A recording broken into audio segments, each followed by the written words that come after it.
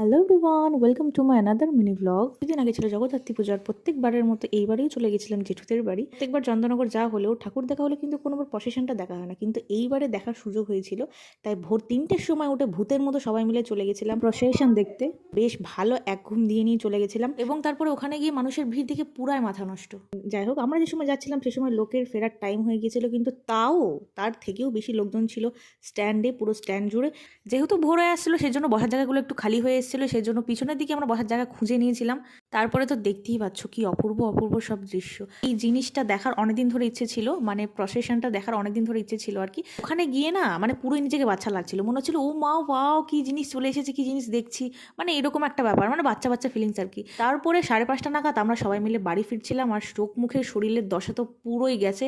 আর আমার গলার কন্ডিশন যা খারাপ ছিল, মানে তোমাদের বলে বোঝাতে পারবো না। গলা এতটা ভারী হয়ে গেছিলো, এত বকবক করেছি, এত গল্প করেছি ধারণার বাইরে।